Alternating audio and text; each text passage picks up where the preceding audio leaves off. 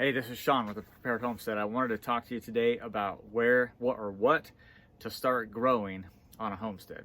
If you're going to homestead or if you're going to garden, in most cases, people want to at least grow some of their own food.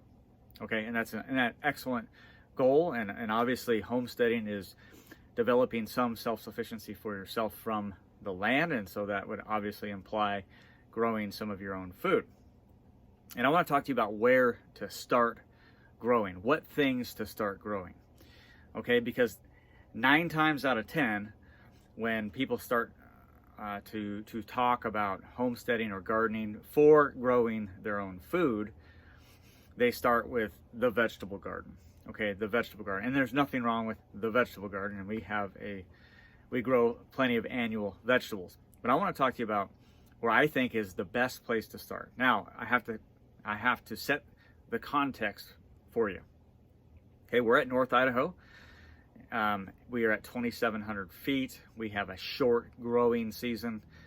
Okay, so anywhere from 90 to on the far end 120 days, maybe, depending on obviously the year. We live in an area that's not a frost pocket. However, obviously we still have a very short growing season. So it's critical for us on figuring out, what to grow, when to grow it, and all of that, and to really plan that out because of that short season. And because obviously homesteading is what we do, and growing food, a significant amount of food, is a big part of that. And the other thing that ties into what to grow is why we're doing it. Okay, so why are we growing our own food? Okay, are you homesteading in order to grow food to be healthier, or is it just a benefit of homesteading? Right, is the main reasons why you homestead are other reasons, and a benefit to that is fresh, good food, right? And so those things matter, and there's some nuances there and on how people approach things. But I want to talk to you real quick about what to grow, okay, which is not at all the typical advice you get when people start to say, oh, I want to grow some of my own food, and then immediately people start giving you seed catalogs and tell you how to grow a vegetable garden. Okay, again, nothing wrong with the vegetable garden, but let me show you where we think the best place to start. Again, it's for our context here in North Idaho, and so for other people this might be different, but these are the places where we think you should start. All right, so I collected all of this morning, and everything you see here was collected within 50 yards of our house. Some of it was foraged. Most of it, obviously, we are cultivating here. And this is what I call, this is the starter kit, okay, for homestead, in my opinion. Okay, these are, and why? What makes them a starter kit? They're simple, they're easy to grow, okay, or like you see eggs there, for example. Let's start there, right? Anyone can produce eggs on their property, okay? You don't have to be confined to, say, chicken eggs. Okay, well, you can raise chickens, you can raise ducks, you can raise quail. There are lots of options to raise eggs, and it's relatively easy. It implies very small livestock that are simple to raise. And even if you're in a very, very suburban area and all of that, you can still do eggs. Okay, so maybe it's quail or something like that, which can obviously also double as meat. All right.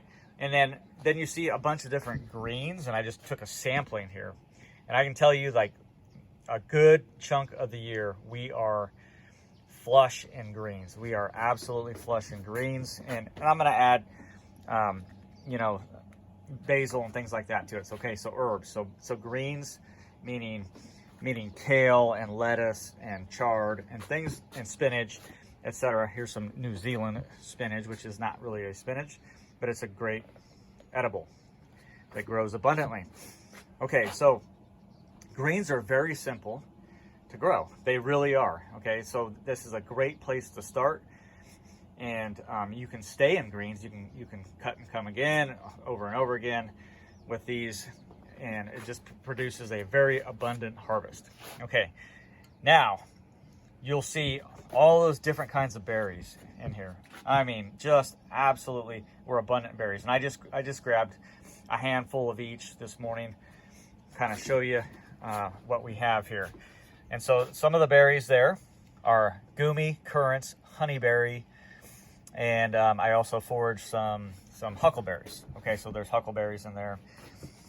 And like I said, honeyberry, gumi, and currants.